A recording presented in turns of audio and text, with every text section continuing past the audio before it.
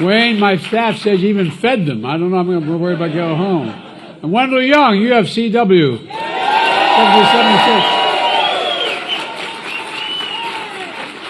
And Bill Hamilton, President of Pennsylvania Conference of Dignity. Also want to thank the great champions of working people here. Brendan Boyle's a hell of a guy, man. He stuck with and Mary Gay Scanlon. I tell you, I think I hurt her reputation because you know what? I found out, once you become elected president, I'm only the second Catholic ever elected. When I headed to Ireland, they did all this background stuff on me, where I'm from. Well, it turns out, I showed her today, I got it in writing, we're related. I tell you what, and Madeline Dean, where are you, Madeline? And Donald Norcross. Hey, Donald. And our acting Secretary of Labor, Julie Sue, is doing an incredible job.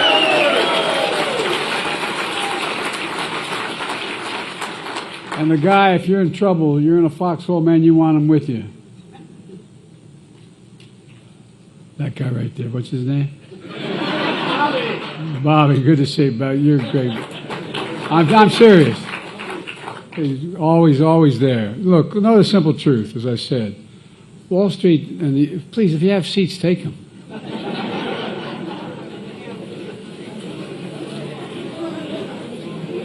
Look, I'm not joking around when I say that, we talk.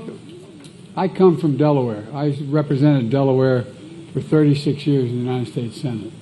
And by the way, for 36 years, each year they list the poorest man in Congress. Oh, I'm not joking. 36 years. I was House and Senate, the poorest man in Congress.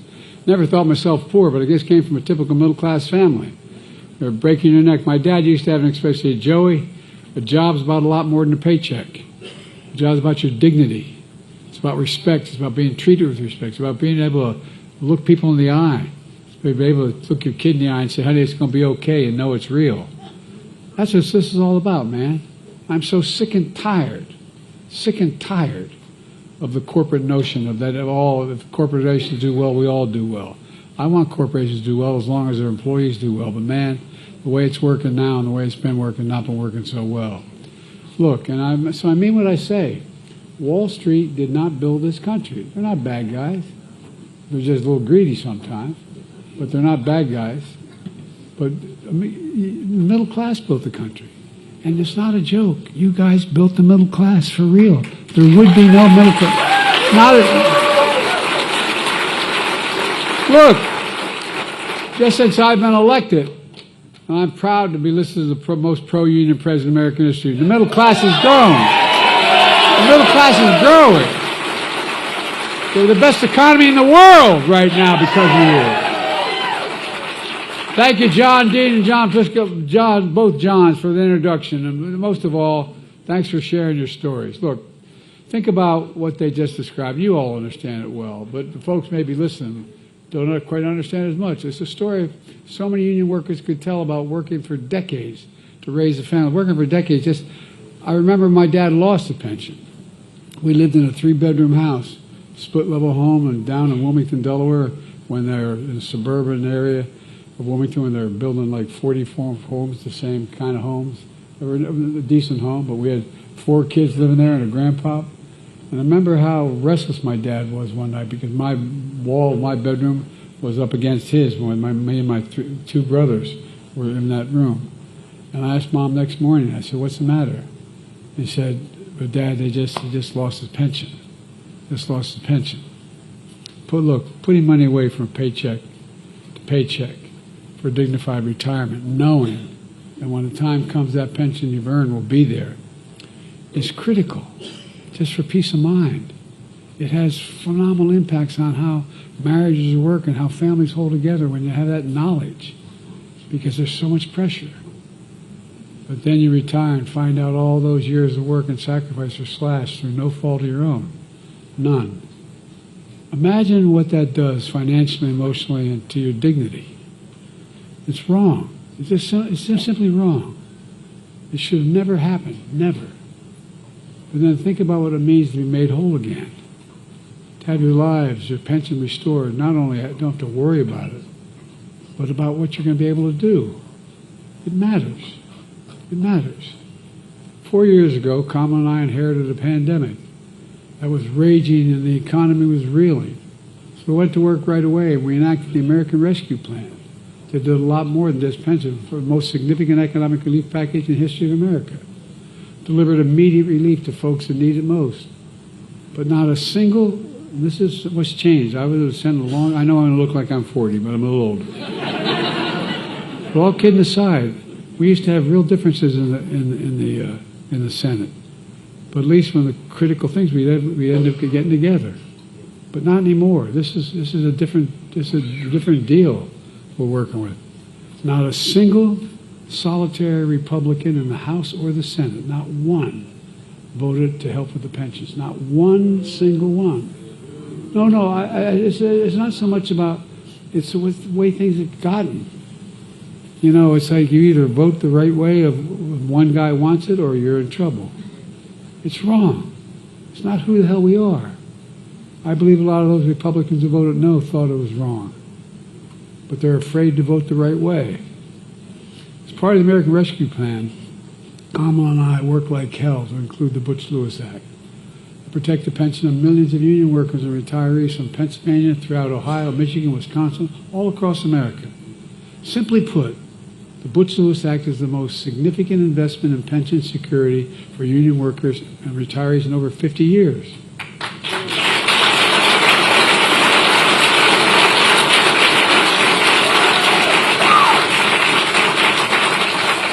And I might add, it's not enough. We got to do a hell of a lot more, but I'll get to that in a moment. And again, every guy in the other team voted against it. Every single one. Think about that. Before the Butch Lewis Act became the law of the land, union workers and retirees faced cuts of up to 70% or more of the retirement benefits through no fault or none. But now, because of what Kamala and I did in Congress, and folks like Brendan Boyle and others, because of the labor leaders that are here, because of many of you, pensions of millions of union workers and retirees are protected. Food warehouse workers, truck drivers, scores of others don't worry anymore about the benefits being cut, because now they know, because of what we've done, they'll receive the full amount of their pensions they've worked hard for, and they'll receive it for decades to come. Folks, look, for all those retirees whose benefits are already cut, as you heard today, and many of you hopefully benefited as well, they'll be made whole again. All you lost will be made up. And those with benefits restored retroactively. But folks, that's what I call a pretty big deal. Folks,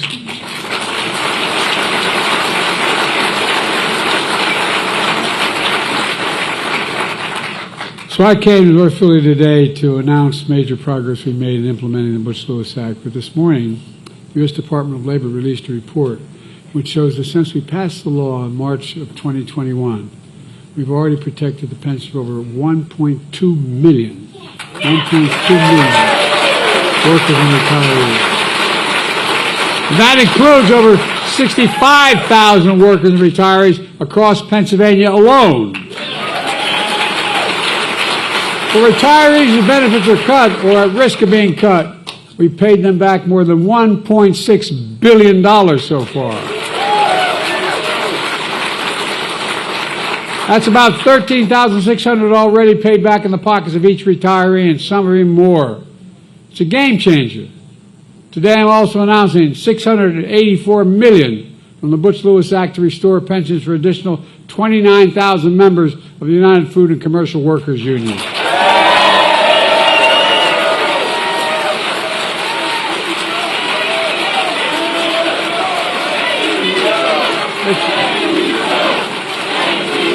You earned it.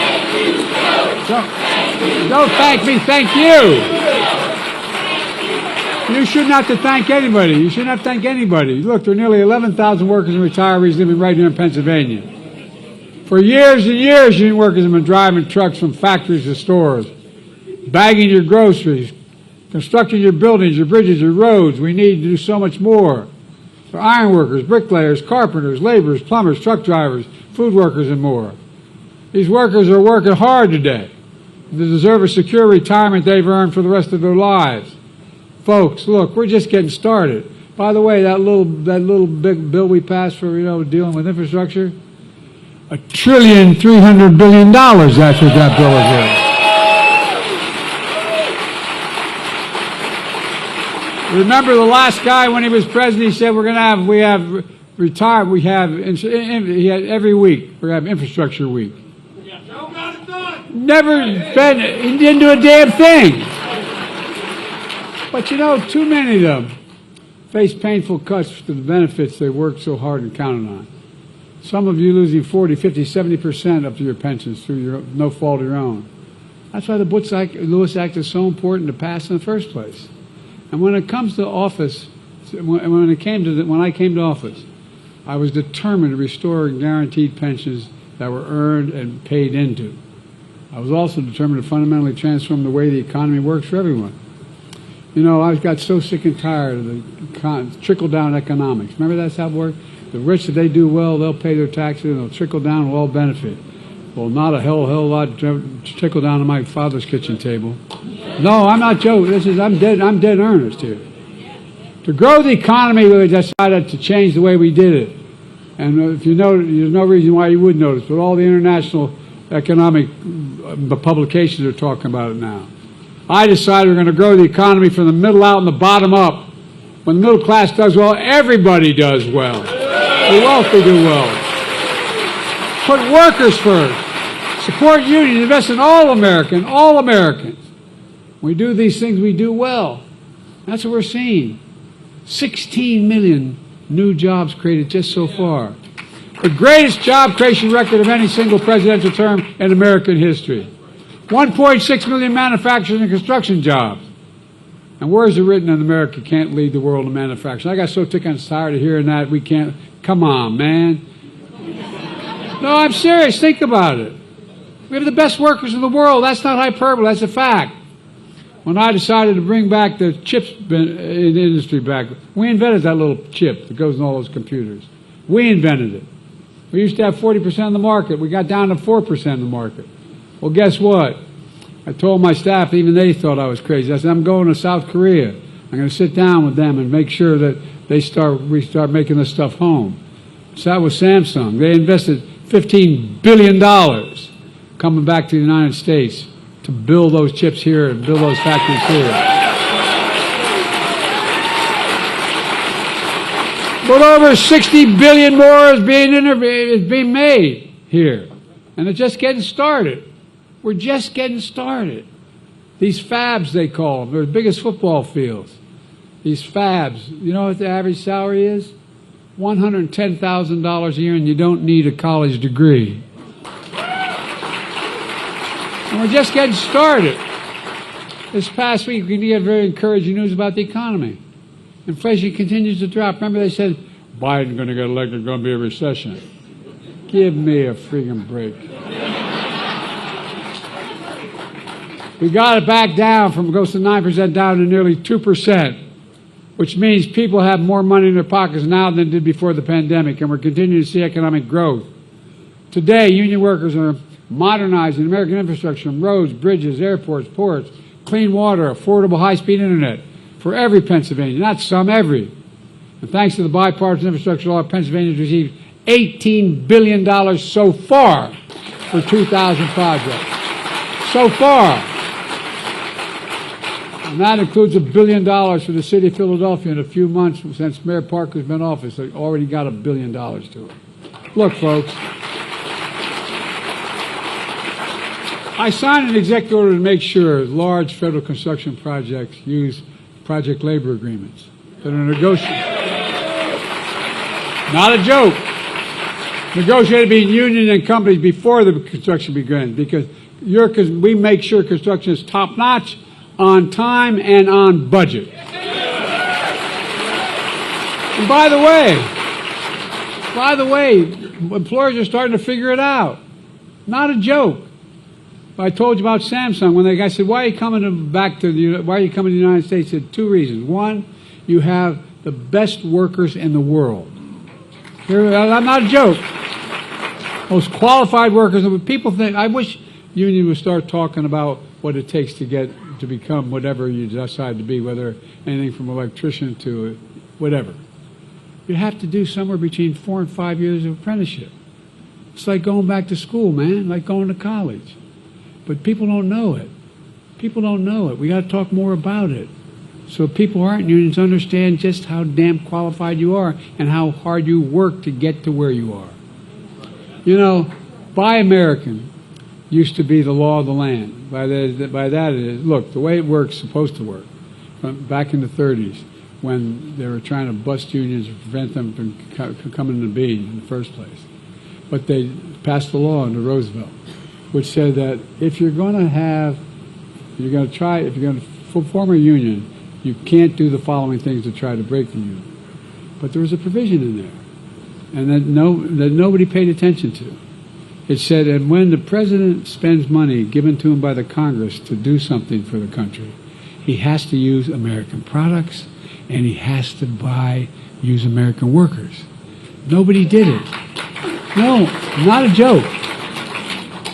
Well, every damn penny I've been sent by the United States Congress has been gone to use American product and American workers. Every one.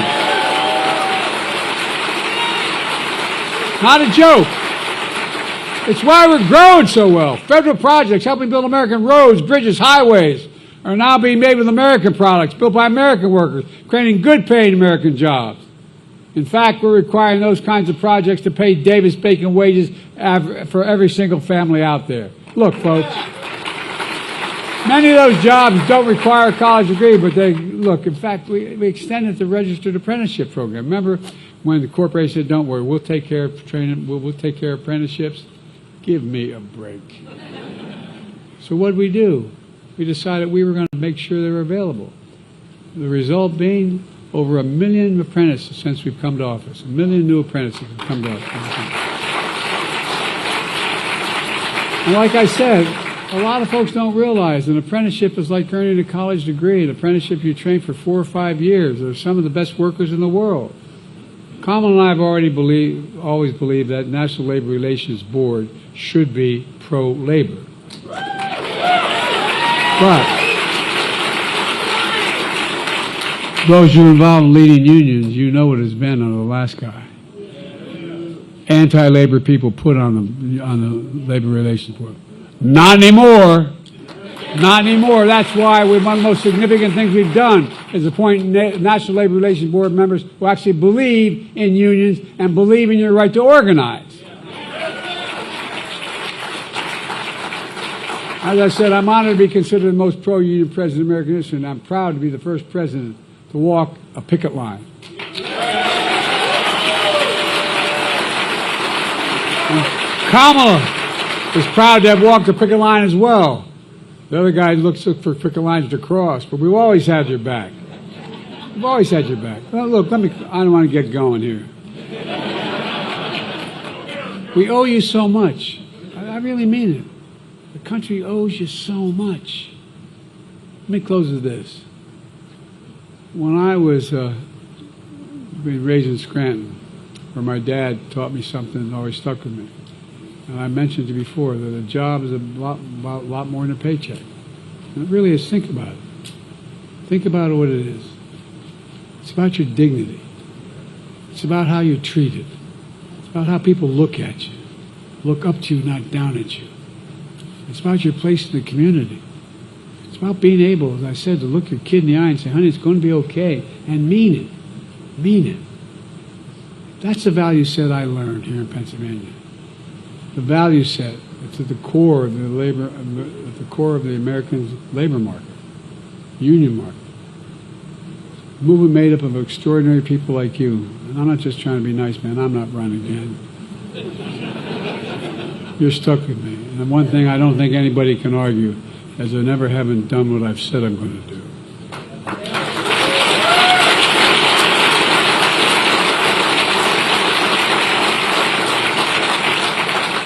So, and like someone we honor today, Butch Lewis, Joining us today is his wife, Rita. Rita, where are you?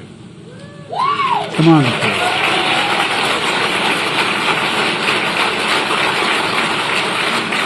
Come on up here. Rita and Butch are childhood sweethearts. Butch played baseball, drafted by the Pirates, by the way, out of high school. Come over here for me. We'll walk over there in a minute. And he enlisted in the Army instead. Special Forces, Army Ranger, served in Vietnam. Earned the Bronze Star and the Purple Heart. Came back home to Rita, settled in Cincinnati, became a Teamsters trucker, and then president of his local. Known as an honorable, honest, decent labor leader, that's who he was. Butch faced severe cuts in pensions and became a fierce advocate of protecting those pensions for fellow workers. He died almost 9 years ago. And Rita, you've carried on his legacy ever since then. This is a woman who didn't stop. Together with Democrats in the Congress,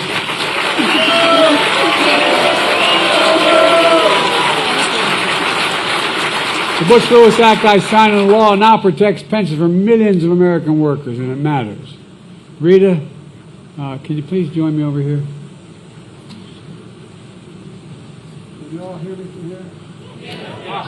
The Citizens Medal is given to citizens of the United States of America who have performed exemplary deeds of service for their country or their fellow citizens. A fierce labor leader, Butch Lewis helped to protect hard-earned pensions of millions of Americans. He passed up a shot at professional baseball, instead serving our nation as a decorated Army Ranger in Vietnam. He spent 40 years as a trucker, teamster, and union leader, fighting for the dignity of work and solidarity of workers across Ohio and the country. A man of humility and warmth, he inspired everyone around him, embodying the simple truth that the middle class built America and unions built the middle class.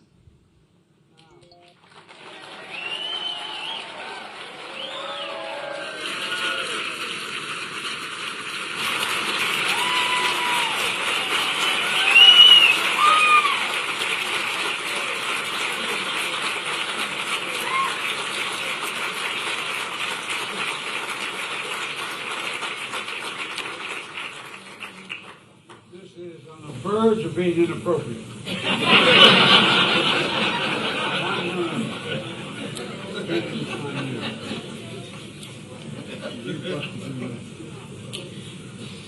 you so much. So grateful my husband is still happy. I can't believe it. And you guys are taking my phone. What am I doing here? I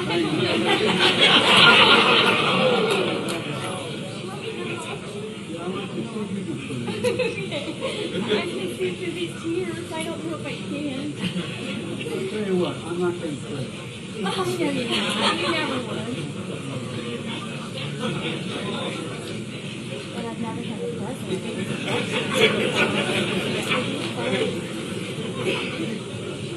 Hey.